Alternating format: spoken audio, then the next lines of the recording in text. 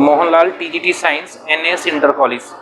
आज हम अपने वातावरण में उपस्थित जो हमारे जनरल सामान्स हैं उनका यूज करके विज्ञान और मैथमेटिक्स की कुछ बेसिक परिकल्पनाओं का एक्सप्लेनेशन करेंगे, रिप्रेजेंटेशन करेंगे।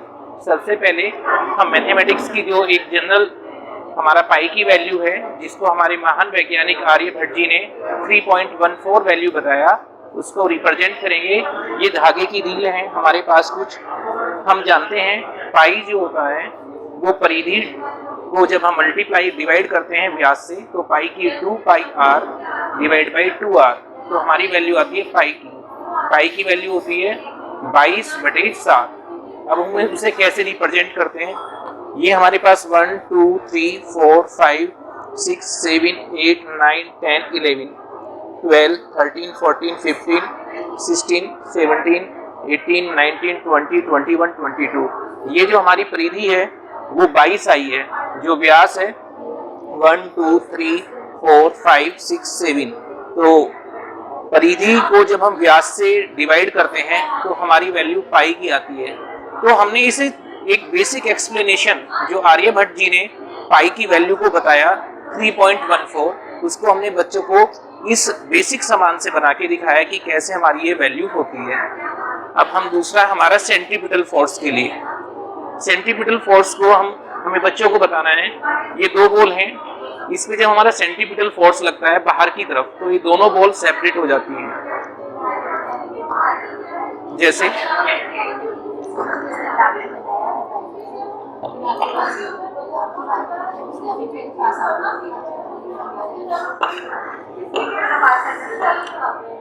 ये हमारी दोनों ball due to the centripetal force ये हमारी सेपरेट हो जाती है। This is the basic explanation of centripetal force. Centripetal force को हम इन दो बॉल से कांच के ग्लास में डाल के कैसे सेपरेट होती है उसको हम ये बता सकते हैं कि सेंट्रीपिटल फोर्स कैसे वर्क करता है। ये basic explanation of flow of liquid. जो हमारा इक्वेशन ऑफ कंटिन्यूटी है, जितना हमारा फ्लो लिक्विड का फ्लो इसमें इनलेट होगा उतना ही हमारा बाहर जाएगा। A1 V1 जो हमारा एरिया है ये फ्लो ऑफ लिक्विड है V1, तो इतना ही हमारा बाहर आएगा A2 V2।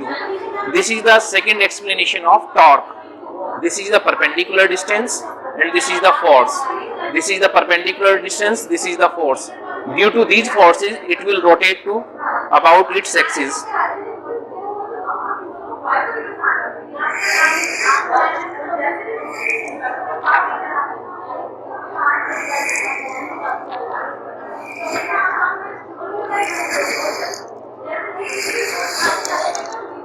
This is the rotation process. Rotation due to the perpendicular distance and force, it will produce torque. Due to this, it will rotate about its axis. This is the second explanation. And this is also work Carnot engine. Heat taken by the source, work done by the source, and the after remaining heat given to the sink. This is also the basic explanation of Carnot engine. अब हम Pythagoras theorem को explain करेंगे। Pythagoras theorem का basic जो होता है, ये base है हमारा, ये परपेंडिकुलर है, ये हमारा हाइपोटेनियस है। जो हाइपोटेनियस है हमारा, जो हमारा बेस का स्क्वायर, परपेंडिकुलर का स्क्वायर, दोनों का अंडर रूट जो होता है वो हमारा हाइपोटेनियस के बराबर होता है। ये बेसिक एक्सप्लेनेशन है कि ये भुजा और इस भुजा का स्क्वायर दोनों को जब हम ऐड करते हैं तो ये हमारी तीसरी भुजा के स्क्वायर के बराबर आता है। सेम हम डिफरेंट फिगर्स लेके, ये हमारा अर्धवृत्त है, अर्धवृत्त से भी हमने इसी को एक्सप्लेन किया है कि हमारी एक भुजा का स्क्वायर प्लस दूसरी भुजा का स्क्वायर वो हमारी तीसरी भुजा के स्क्वायर के बराबर होता है। ये दिस इज द बेसिक, ये टेलीकम्युनिकेशन का, ये संचार का हमारा बेसिक है। ये हमारा ट्रांसमिशन है, एक हमारा ट्रांसमिशन की तरह से वर्क करता है, एक हमारा साउंड को रिसीवर की तरह से वर्क करता है। ये हमने दो कप की सहायता से बच्चों को साइंस का बेसिक कंसेप्ट समझाने की कोशिश की है। This is the amplification, amplifier. ये वर्क कैसे करता है, जो साउंड है साउंड को एम्पलीफाई करने के बराबर आता है। सपोज हमारे पास 10 रुपए हैं और हम उसे कहें जादू से आप इसको 100 रुपए में बना दो, तो इस तरीके से ये साउंड को 10 गुना ज्यादा बढ़ा के दिखाता है। इसका मैं लाइव टेलीकास्ट आपको दिखाता हूँ। ये आप साउंड को सुनिए। ये हमने एक साउंड लिया और हमने इसको साउंड को स्टार्ट किया। जब हम इस मैग्नीफायर में इसको लगाते हैं तो ये साउंड को बढ़ा देता है, तो ये वर्क करता है as a magnifier.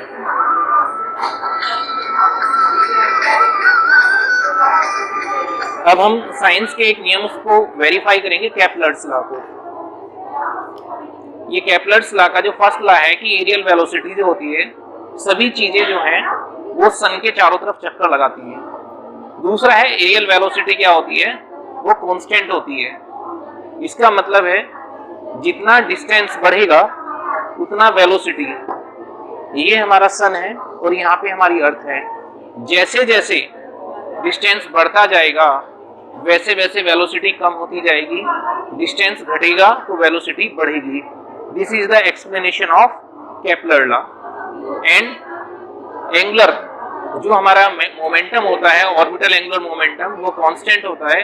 This will also explain the orbital angular momentum, conservation of angular momentum, r cross mv।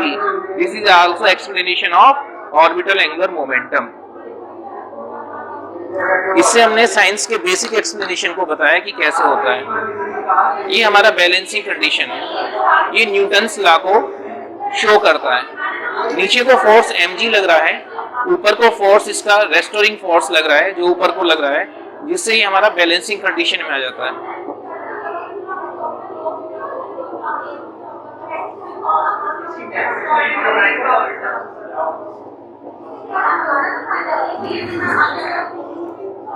इसका यूज करके हम ये विसरण के नियम को, ये साइंस के विसरण के नियम को शो करता है। जैसे ही हम आते हैं कमरे में एक अगरबत्ती को लगा देते हैं तो विसरण के कारण उसकी सुगंध पूरे कमरे में कैसे फैल जाती है, इसको हम इसके द्वारा एक्सप्लेनेशन करते हैं। जो हमारे घर में डेली यूज करते हैं अगरबत्ती, उससे हम विसरण के नियम को फॉलो करते हैं। ये वाला ये हमारे ऑप्टिक्स का जो साइंस का नियम है, बेसिक नियम है ऑप्टिक्स का, उससे हम ये बताते हैं कि कैसे मैग्नीफाई, इमेज को कैसे मैग्नीफाई किया जाता है। जब हम इसको एक दोनों आंखें खोल के लगाते हैं तो ये हथेली में हमें एक सुराग दिखाई देता है। ये ऑप्टिक्स की जो परिकल्पना है उसको प्रूफ करके दिखाने के काम आता है।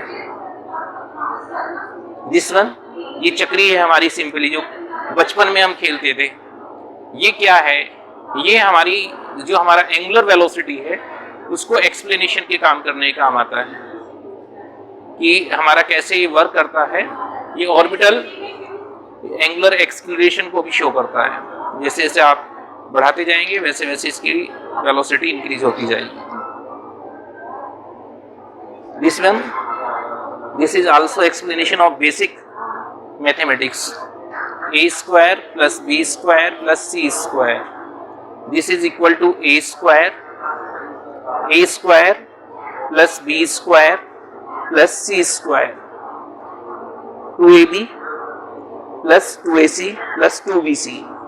ये this is the basic explanation of a square, a plus b plus c square. ये हमारा मैथमेटिक्स का जो बेस है, बेसिक फार्मूला है a plus b का स्क्वायर और a plus b, a square plus b square plus c square, इसको explanation करने के काम आता है।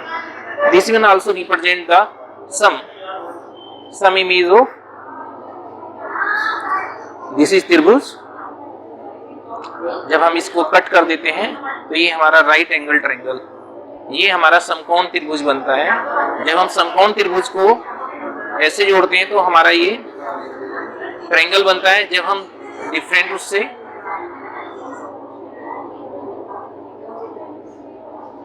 तरह तरह के हम इससे ट्रायंगल बना सकते हैं। हम इससे डिफरेंट तरह के, विभिन्न तरह के त्रिभुज बनाना बच्चों को सिखाते हैं। इससे हम बताते हैं कि ये छोटा वृत्त है, ये बड़ा वृत्त है।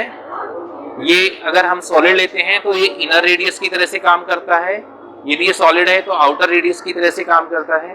तो हमने घर में यूज होने वाले तरह तरह के जो हमारे पास जो वेस्टेज है उससे हमने मैथ के और साइंस की जो बेसिक कंसेप्ट है वो बच्चों को समझाने के लिए यूज किया है।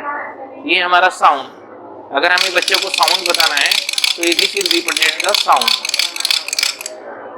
Thank you very much.